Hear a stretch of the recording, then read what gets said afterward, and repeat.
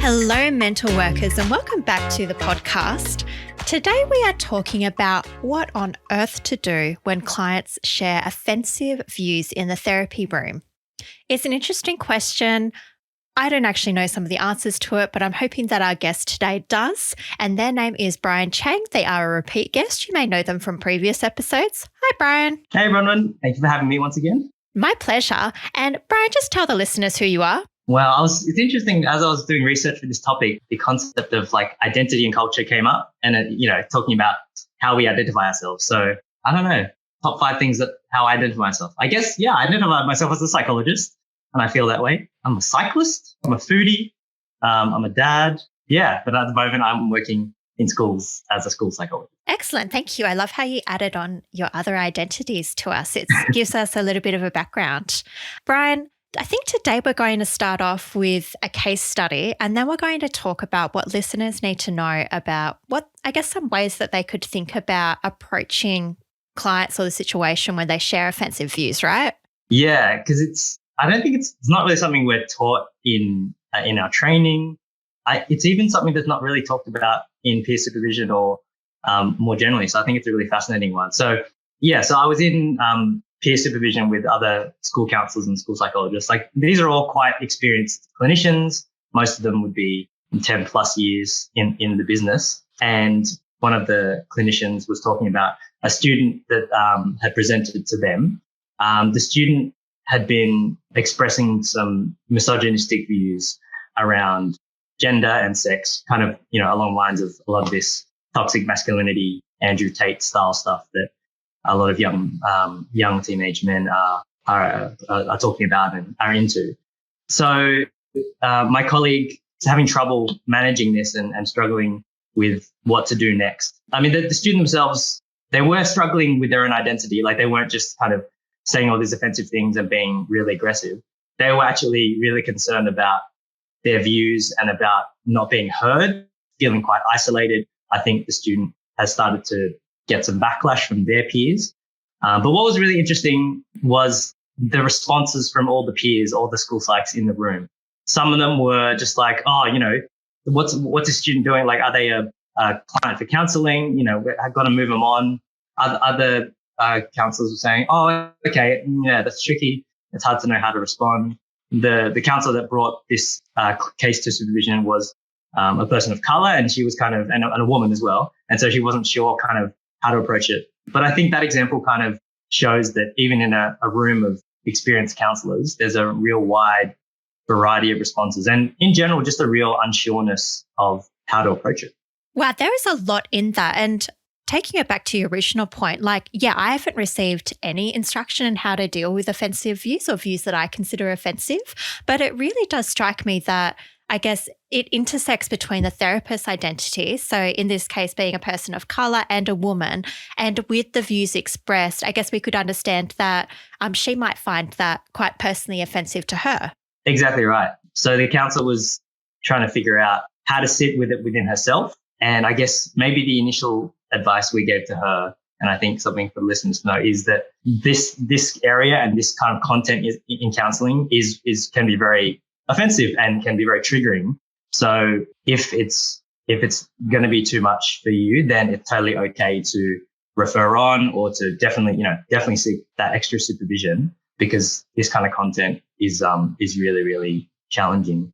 I think that's the first thing to tell listeners really, is that you do have that permission to refer on. Like, your well-being is important as well. And if somebody is saying views that really are quite activating for you and you cannot concentrate on the session, you cannot be there for the client to assist them in the way that you usually would for a client, and it's affecting you, and say you're ruminating on it outside of sessions and talking about it in peer supervision hasn't helped, then, that's an option for you, right? I mean, you've touched on this with many other guests, but I guess as psychologists, we often feel like we have to do it all and we have to solve everything that's in the room, but that's, definitely not the case. And I guess in these scenarios where there's a greater likelihood of triggering and countertransference and things like that, it can make it trickier for everyone. So it's really in everyone's best interest to refer on.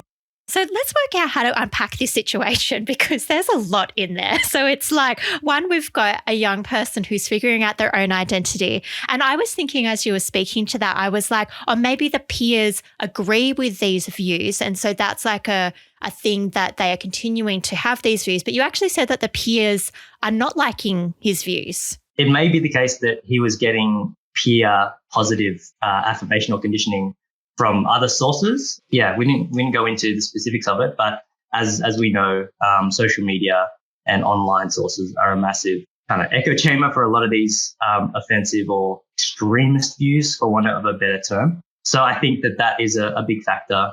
So potentially that's a good point of assessment, is speaking to the client or the student about how these views are formed, whether it's come from social media or perhaps it's come from their family, or maybe from their religious background or any other kind of cultural background. Again, building that formulation around these beliefs can be really useful in understanding their origin and starting to perhaps tackle them. Yeah. So I guess by formulation, we're saying like, okay, how does the person come to form these views? What's keeping them going? What's the function of them? That kind of stuff. Yeah. So I think it's really interesting in this space of toxic masculinity. Obviously, the kind of social environment and the political environment is really important. I mean, I don't know heaps about this area, but the little bit I've heard and read is talking about how after every kind of wave of feminism, there tends to be this wave of toxic masculinity or kind of a crisis of masculinity. Obviously, the Me Too movement and I guess the associated movements are predominant and been very powerful and important. But subsequently, you get this kind of crisis of masculinity that's coming through, and that's personified by people like Andrew Tate and also people like our not so esteemed colleague, Jordan Peterson, that are kind of seeing that crisis in young men in particular, and then forwarding a lot of these kind of problematic and negative views that we're certainly seeing in schools, a lot of young men adopting. So I guess maybe one way of formulating this is that young people are already trying to figure out their identity. Like that's their key psychosocial stage of adolescence, figure out who they are as separate from their parents' fortune identity. And maybe there's this social aspect which is kind of coming in and then trending them towards these, I guess, very negative views about women. And maybe they're thinking, could this be part of my identity? Maybe hating women is part of it. I don't know. Well, I guess it's part of this, it's always been part of this age group, but I really feel like it's propelled by social media and the broader gender culture. Yeah, certainly in the schools I'm working in, there's that. The language and the kind of values around toxic masculinity are really strong, even to the point where some of the girls are kind of also playing into that, almost like a sense of, lateral violence, or kind of not playing into it, but they're kind of enveloped into that culture too. So I think it does take a bit to unpack that. There might be some of those predisposing factors in terms of family of origin or religion or anything like that, but definitely adolescence is a prime petri dish, I think, for those challenging beliefs. So I guess for therapists, maybe here it's like, let's say they hear the offensive view and they notice a reaction in themselves, maybe some tension, maybe some anger, maybe some confusion or upsetness. I guess it's really important for that therapist to notice that and then maintain a non-judgmental stance towards the client so you can figure out where their views are coming from, let them express themselves and encourage that open communication. I think that's so spot on. I mean, I was listening to your other podcast with, I don't remember her name, but the sex therapist. Oh, Emma. Yeah. Yeah. And you guys are talking about those kind of automatic reactions. Yeah. And I think that's super relevant in this topic. I guess that's something to maybe practice and to kind of to give it a go, is like watching content or role playing kind of these kind of disclosures of offensive views with peers, just so that you get habituated to it and you can test what your facial reactions are. Yeah, because we're going to talk about this. We're going to talk about whether you should disclose that you feel offended to clients, and if so, under what circumstances. But I do just want to say to listeners, this is I'm actually practicing, which is noticing and then kind of keeping that in the back of my head and being this could be useful for later, but it's just in my back pocket if I see something therapeutic about it, that it could be used later. So I'm not ignoring my feelings. I'm no, that was shit. I really didn't like hearing that. But I am keeping it for later potentially if I can work it into a therapeutic way. I'm wondering like what you do with your reactions because like, I'm earlier in my career than you and I wonder if you have more sophisticated ways of doing this. I think I'm kind of lucky because like number one, I have quite high disgust and distress and kind of offense tolerance. Like I'm not really offended by much. Like, I don't know, I eat lots of like weird foods and I'm into lots of kind of weird TV shows and cultures. So it's like I'm used to hearing a lot. But I think sometimes my face still gives it away. So I think there's always practice to do or kind of there's always new things to hear. But as you said, it's always something that that you can use later. I guess maybe as I've gotten more experienced is just being honest about it, being honest about your reaction. Particularly if you see the client notice your reaction, then that's always going to be a useful thing to try and address in some way. Maybe not in that moment, and maybe if it's not in the first session that you're just meeting them, but maybe a couple of sessions down the track, if that's something you can kind of reflect on then, and then it can be, I guess, a point of a useful case example because really you're examining for the client how people in their life and the people around them respond to them when they express these views. So it can become kind of like an in situ piece of evidence around their relational kind of dynamics. Yeah, so I guess that's touching on the idea that if you notice discomfort with the view that's being expressed, chances are that there's somebody else in their life who is probably also experiencing that same reaction.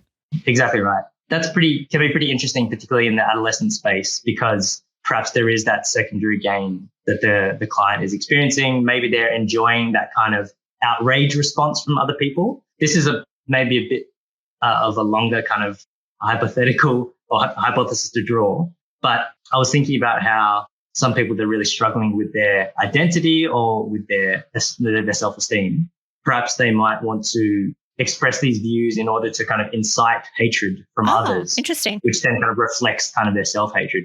It's kind of like almost like a punk rock thing. Like I was reading a book about the bass player from New Order and he talked about how punk was telling other people to F off, but really it reflected like an inner F myself, like I hate myself. So in a similar way, maybe some of these views can reflect a projected view of self.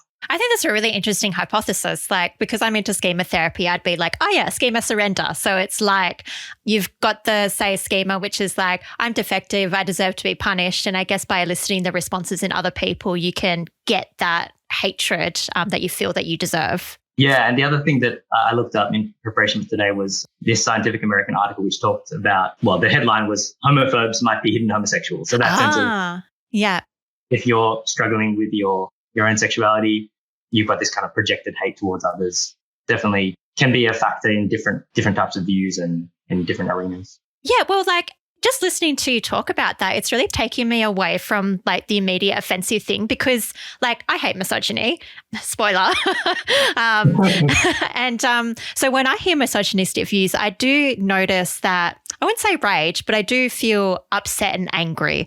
But I feel like maintaining that curiosity is really important. It's like, how has the client formed these views? Where are they coming from? What's the function? Like, I do wonder if they're trying to other this group so that they don't have to be part of it because they actually have a lot of stigma and shame attached to this group. Is it the Columbo stance? It's like always that curious acting dumb approach. Yeah, I wonder, I don't understand this. I mean, it can be hard to do when you're met with something triggering or you're hearing something really challenging. But it never fails to elicit more, kind of hear more about the narrative. That also helps us to build our empathy because that line that they're using or that kind of the triggering thing that they're saying, you're hearing, its origin, you're hearing the context. It makes you think of the formulation. Yeah, can I hear a phrase from you? So my play dumb phrase is being like, oh, I'm actually not sure about this. Can you help me understand what about, your view? Tell me a bit more about that. What's your play dumb phrase? Oh, sometimes I play like the age card. Like I'm just like, I haven't, been young for a while. I've not been to school in ages. Tell me, keep me up to speed or get me up to speed. Yeah. Oh my goodness, that's a good one. I like that for working with young people. It's like me old. Yes. Yeah. No, beautiful. And can I get from you maybe what's a phrase that you say if you notice, like we might not say it to the clients, but how would you actually say it to them if you do notice that reaction and you feel it's appropriate to share it with them? How would you bring up your reaction? I'll definitely do that kind of, like kind of that sitting back kind of vibe and just be like, okay, that's really interesting for me. Like I'm feeling not sure about that, or that's affecting me in some way. So I'm just going to take a moment to process that and to think about it. And then maybe say to the client, oh, have you had any responses like this from other people? Yeah. Like, do you often get people that are shocked, or that people that excited by it, or, you know, that agree with you? So I guess that's a way of kind of like buying time if you're kind of feeling stuck in the moment. Yeah, but maybe in a later session, perhaps just wondering about whether they think they have offended me. You can ask them directly, like, oh, like when you said that, do you think that was offensive for me? And seeing if they've got that kind of perspective taking around that. And if they don't, then I guess, yeah, maybe moving on to another strategy. But if they do, then that's an opportunity to have an empathic encounter and get a sense about whether they can see the impact of what they're saying. So I might say something to that, like just coming at this off the top of my head, but it's like, I noticed in myself that a part of me felt upset, maybe some discomfort around what was being said. And I've heard from you that you noticed that you thought that would offend me. And I'm wondering what that's about. So I think I'd go to play dumb. And then I'd be like, because, you know, I'm here to work with you as a team. So I'd affirm like my position with them. And if it's affecting me like this, I wonder how it's affecting other people in your life. So yeah, I'd go to other people in life as well. I guess like that's the hypothesis that if I'm feeling a particular way, yeah, back to like other people would be feeling this way, but also that the feelings that I'm experiencing might be coming from the client as well, or they might be uncomfortable with the views themselves. Yeah, I think that's a really beautiful summation of how to go about it. I mean, the other thing that I was thinking about, and this kind of really puzzled me, is whose agenda is it to correct these kind of views? I mean, obviously, if it's purely from the therapist's perspective, and if it's maybe on a topic that's not so dangerous or offensive, then it's like it's maybe not so useful to pursue. So, for example, this is like a frivolous example. If I find out my client doesn't like the band Radiohead, yep, then I don't need to go down like a path of thought challenging and reality testing around that. But if we're talking about, I guess, more kind of broadly problematic views like gender or racism or those things, I guess we could have an argument that we make a judgment that those views, if held ongoingly by the client, are going to be problematic later in their life. But it won't necessarily be a explicit goal that they would identify as a therapeutic goal. So yeah, that's kind of what I'm tussling with as well, is to what degree do we address the goal implicitly or in a kind of a subtle way versus explicit? I mean, obviously, if the client wants to reduce the views, then that's kind of an easier. Oh yeah, that's easier. Path to go. Yeah. But it's that kind of implicit kind of, if we have to do like sneaky therapy to change the views. I don't know. What do you think? Yeah, I don't know. It's a really good question. And I'll read you something that ChatGPT told me about this, because I did ask ChatGPT about this. And it said, while therapists strive to create a safe and non-judgmental space, it is essential to establish boundaries and ensure that therapy does not become a platform for hate speech or the promotion of harmful ideologies. If a client's view becomes disruptive or harmful to themselves or others, it may be necessary to address this and establish boundaries around acceptable topics of discussion.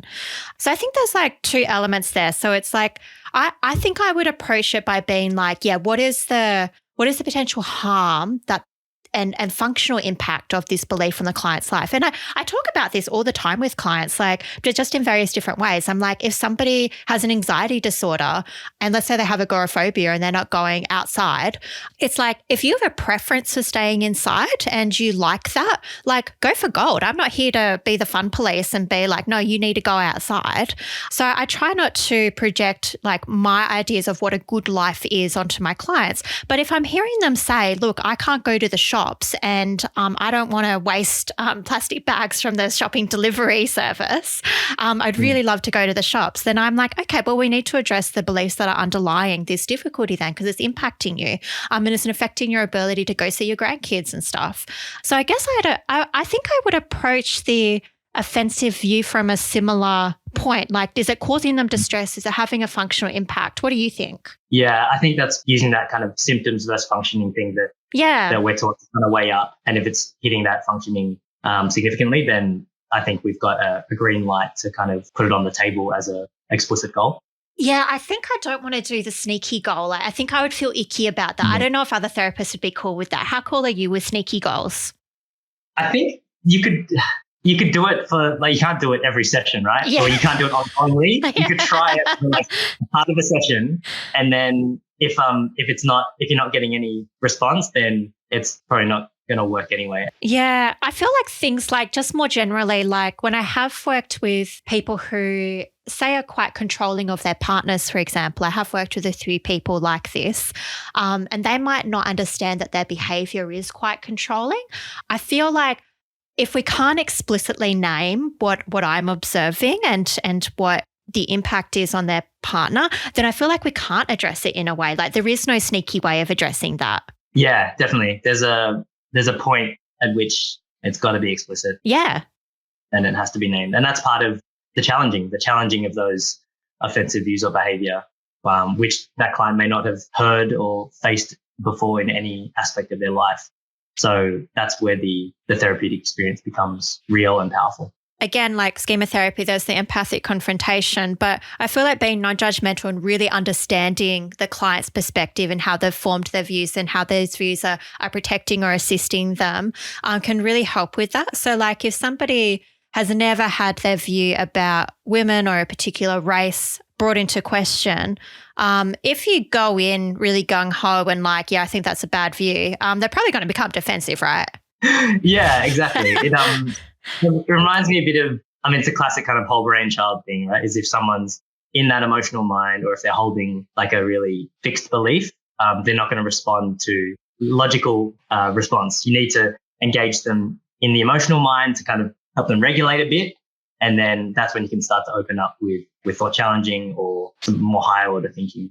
Yeah. So it sounds like, I think therapists need to assess like whether their disclosure is going to impact a therapeutic relationship. Like, is it going to cause a rupture or can they tolerate it? Because some clients really can't tolerate like even talking about the therapist. Like, they might have had negative experiences in the past where therapists have overshared with them or something, or they persistently feel invalidated in their lives and unlistened to, and the therapist bringing up their own view might be really uncomfortable for them or cause a rupture, right? Yeah. And that's, I guess, where, particularly when you've had a client that's had a lot of therapy in the past, like asking about those previous experiences of counseling can help with knowing what path to take. But I think once you've got that relationship and perhaps you've got some willingness to work with challenging those beliefs, I think there's a lot of really fertile strategies to use.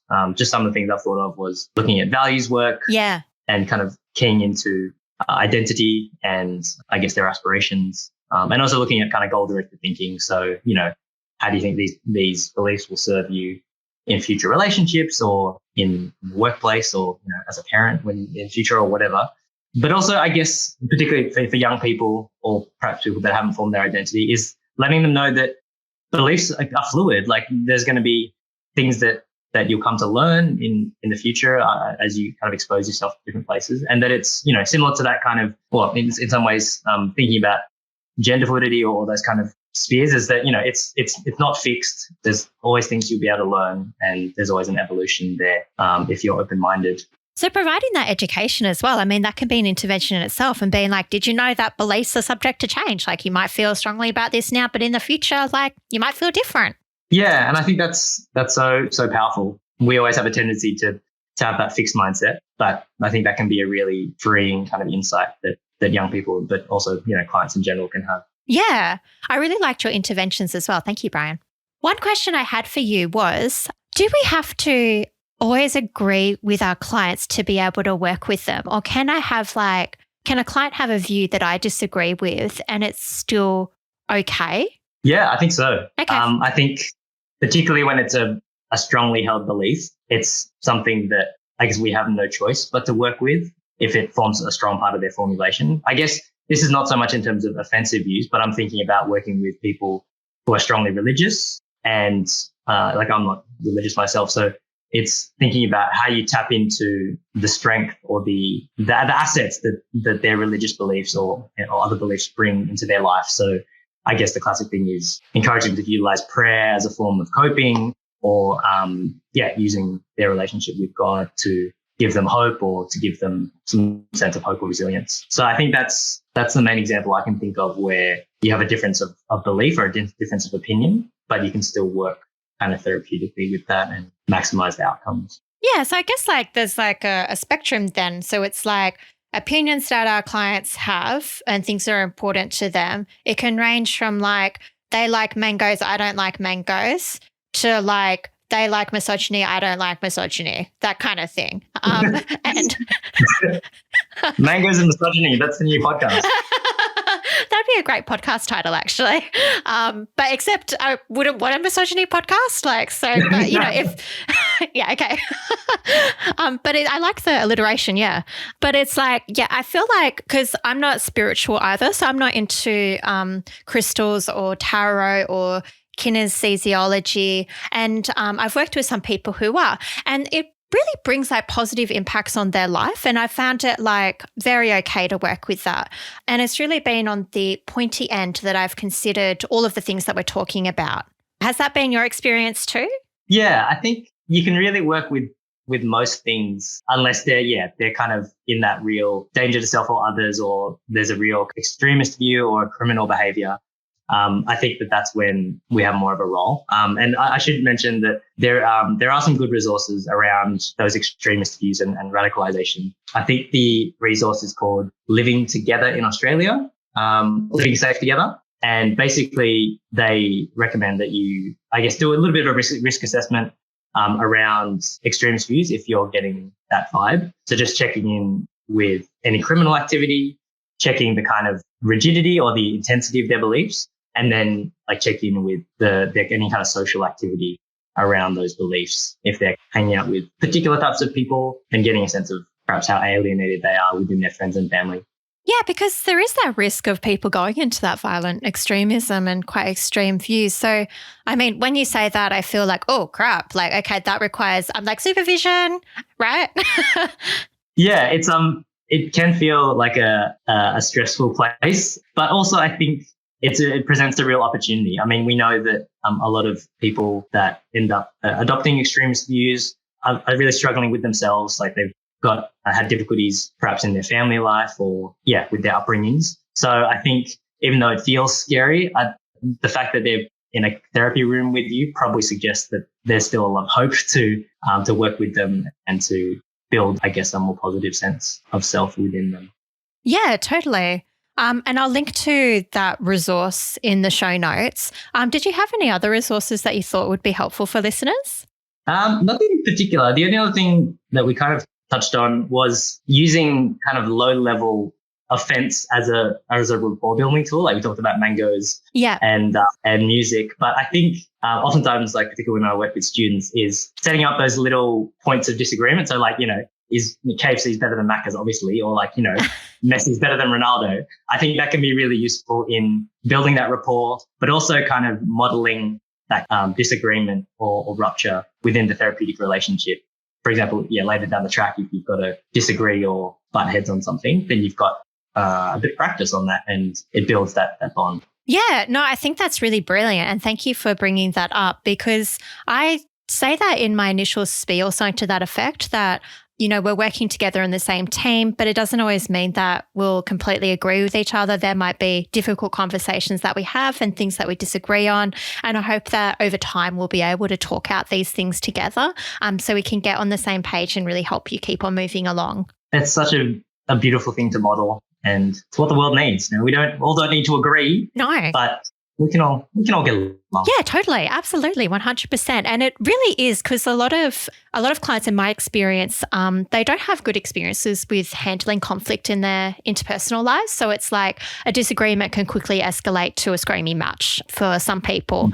So they don't want to bring up any disagreement at all. So I feel like being able to model those minor disagreements, like you say, is really powerful. And then they'll feel more comfortable bringing it up later and being like, okay, I can disagree with Brian and I know that he's not going to go apeshit at me. Yeah, that real kind of corrective relational experience. I don't know if that's even a term, but it's what it is. It is. Well, one moment when they can resolve it in a nice way. Yeah.